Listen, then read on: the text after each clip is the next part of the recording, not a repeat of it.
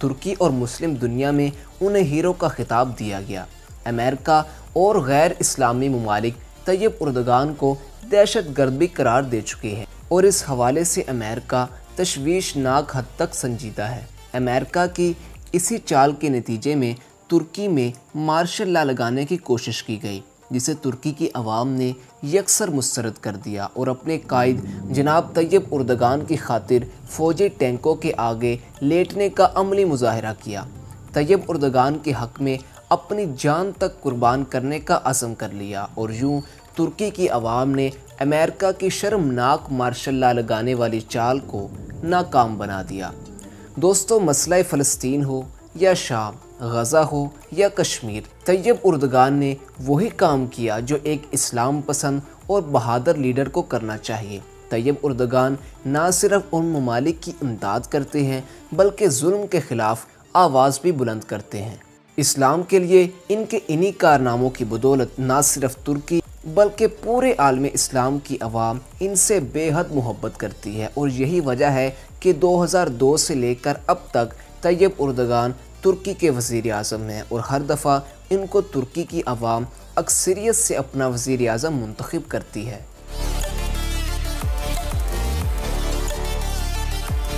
ترکی کے لوگوں کا لباس اور رہن سہن کے طریقے یورپین لوگوں جیسے ہیں۔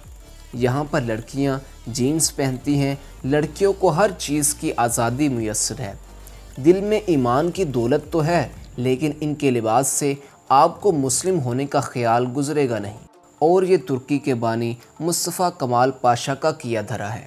اس میں کوئی شک نہیں کہ مصطفیٰ کمال پاشا نے ان حالات میں ترکی کو دنیا کے نقشے پر قائم رکھنے کے لیے بہت محنت کی، لیکن وہیں دوسری طرف اس نے ترکوں سے اسلام کو ختم کرنے کی ہر ممکن کوشش کی اور ترکی کو ایک اسلامی ریاست سے ماڈرن ترکی بنا دیا۔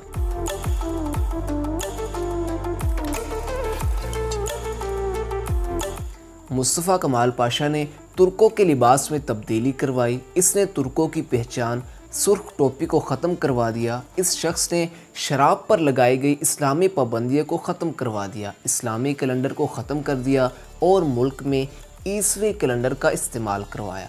جمعے کی تعطیل کو ختم کر کے ملک میں اتوار کو چھٹی کا دن مقرر کر دیا۔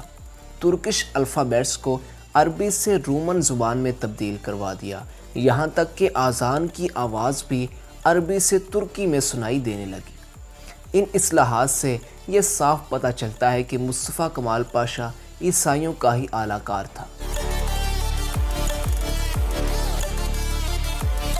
دوستو، ترکی کے ہمیشہ سے ہی پاکستان کے ساتھ بہت اچھے تعلقات ہیں۔ ترکی پاکستان سے 330 کلومیٹر کی دوری پر موجود ہے، جبکہ وقت کے لحاظ سے ترکی پاکستان سے 2 گھنٹے پیچھے ہے۔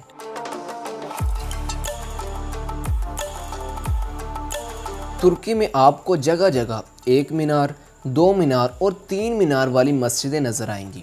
تو ان کے بارے میں حقیقت یہ ہے کہ اگر کسی مسجد کا 1 مینار ہے تو اسے عام شہری بناتے ہیں، اگر کوئی 2 مینار والی مسجد ہے تو اسے کسی شہزادے یا شہزادی نے بنوایا ہوگا، اور اگر کوئی 3 سے 4 مینار والی کوئی مسجد ہے تو اسے کسی بادشاہ نے بنوایا ہوگا۔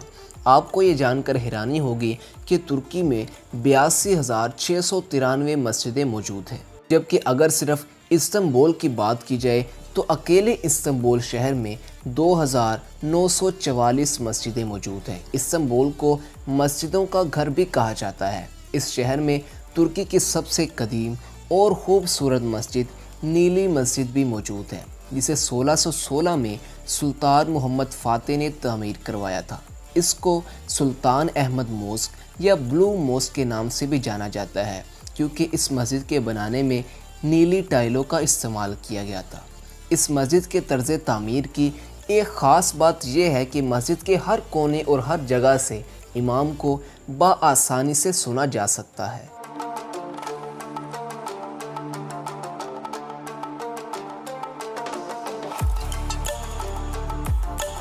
ترکی میں اب تک 25 بڑے زلزلے آ چکے ہیں اور 1939 میں آنے والے زلزلے کی شدت 7.8 سکیل تھی۔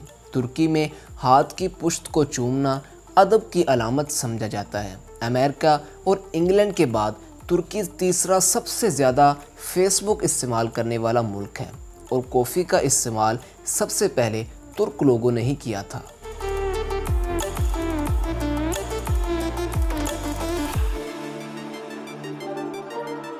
دوستو ترکی کی کرنسی کو ترکش لیرہ کہا جاتا ہے۔ ترکی کا ایک لیرہ پاکستانی 24.26 روپے جبکہ انڈین 10.87 روپوں کے برابر ہے۔